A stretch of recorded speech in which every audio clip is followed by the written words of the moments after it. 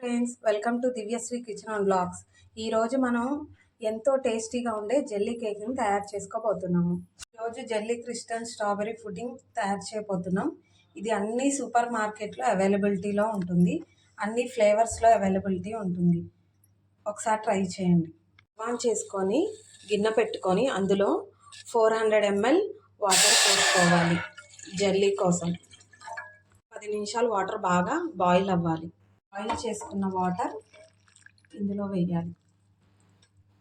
మనం ఈ జెలాటిన్ పౌడర్ని అందులో మిక్స్ చేయాలి. వాటర్లో మొత్తం పౌడర్ వేసి మిక్స్ చేసుకోవాలి. మొత్తం వాటర్లో పౌడర్ మెల్ట్ అయిపోవాలి. చూసారుగా, ఇలా నచ్చిన ఫ్రూట్స్ వేసుకోవాలి.